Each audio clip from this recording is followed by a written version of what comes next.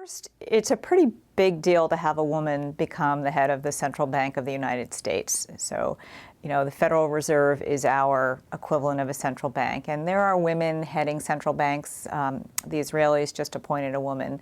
But I thought it was going to be a lot longer before we got a woman in that seat in the U.S. So that's a pretty big milestone for women professionals and for women leaders. Janet Yellen is a fiscal expansionist and believes that this economy still needs loose fiscal and monetary policy, and so that's her stance.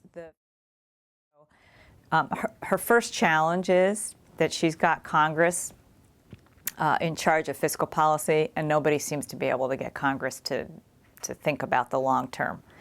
So that's going to leave her having to drive the economy solely through one of the two steering wheels, monetary policy.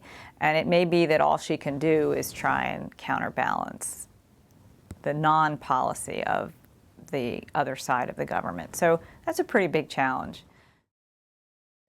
Second problem that we get is the way the Fed put its foot on the accelerator was to buy lots of financial assets from outside. And when you buy financial assets, you're putting cash into the economy. So that's how the Fed put its foot on the accelerator. It bought all kinds of bonds. Where are those bonds now? They're on the balance sheet of the Federal Reserve.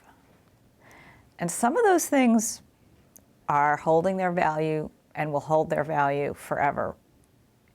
Not all of those assets that the Fed bought are a long-term good value necessarily. So in order to get the economy out of recession, the Fed had to pile up on some somewhat risky assets.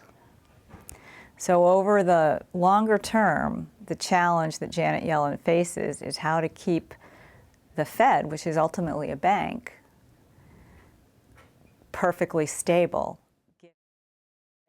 The only thing that the Fed can do about unemployment, especially if the Congress isn't doing anything, is keep expanding the money supply. And that's not a very direct, targeted way of trying to fix the unemployment problem. So all she can really do is keep it from getting worse.